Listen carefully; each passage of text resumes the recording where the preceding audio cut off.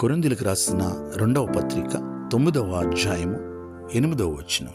మీలో మీరు సర్వ సమృద్ధి గలవారై ఉత్తమమైన ప్రతి కార్యము చేయుటకు దేవుడు మీ ఎడల సమస్త విధములైన కృపను విస్తరింపచేయగలడు. పిల్లరా, దేవుని వాగ్దాన వాక్యము, మీరు సర్వ సమృద్ధి గలవారై ప్రతి కార్యమును, అంటే మీరు చేసే ప్రతి పనిలో మీకు కావలసిన సమస్త విధములైన కృపను విస్తరింపచేస్తానని ఆయన వాగ్దానం చేయుచున్నాడు. అవును ప్రియులరా, మనము చేసే ప్రతి పనిలో జయము పొందాలనంటే ప్రభు కృప మనకి కావాలి.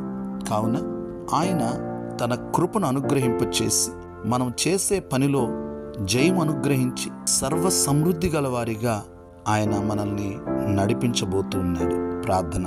పరమ తండ్రి, మా సృష్టికర్త, సకల ఆశీర్వాదములకు కారణభూతుడా, మీకు వందనాలు, స్తోత్రాలు. మీ వాగ్దాన వాక్యమును బట్టి వందనాలు.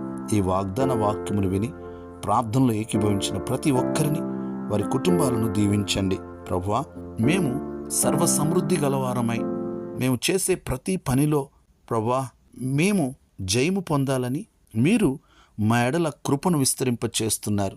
అందును బట్టి మీకు వందనాలు, స్తోత్రాలు. అయ్యా, మేము చేయు ప్రతి పనిలో మీ యొక్క జయము మాకు కావలసి ఉన్నది. మీ కృప కావాలి ప్రభువా. అయ్యా, మీ కృప ఉంటే మేము జయము పొందగలుగుతాం. కనికరించండి, సర్వ సమృద్ధిలోనికి నడిపించండి. మీరే మహిమ పొందండి. మీ నామమునికే మహిమ చెల్లిస్తూ ఈ దినమంతా మీ సన్నిధి తోడుగా ఉంచమని యేసయ్య నామములో ప్రార్థిస్తున్నాం తండ్రి. ఆమేన్.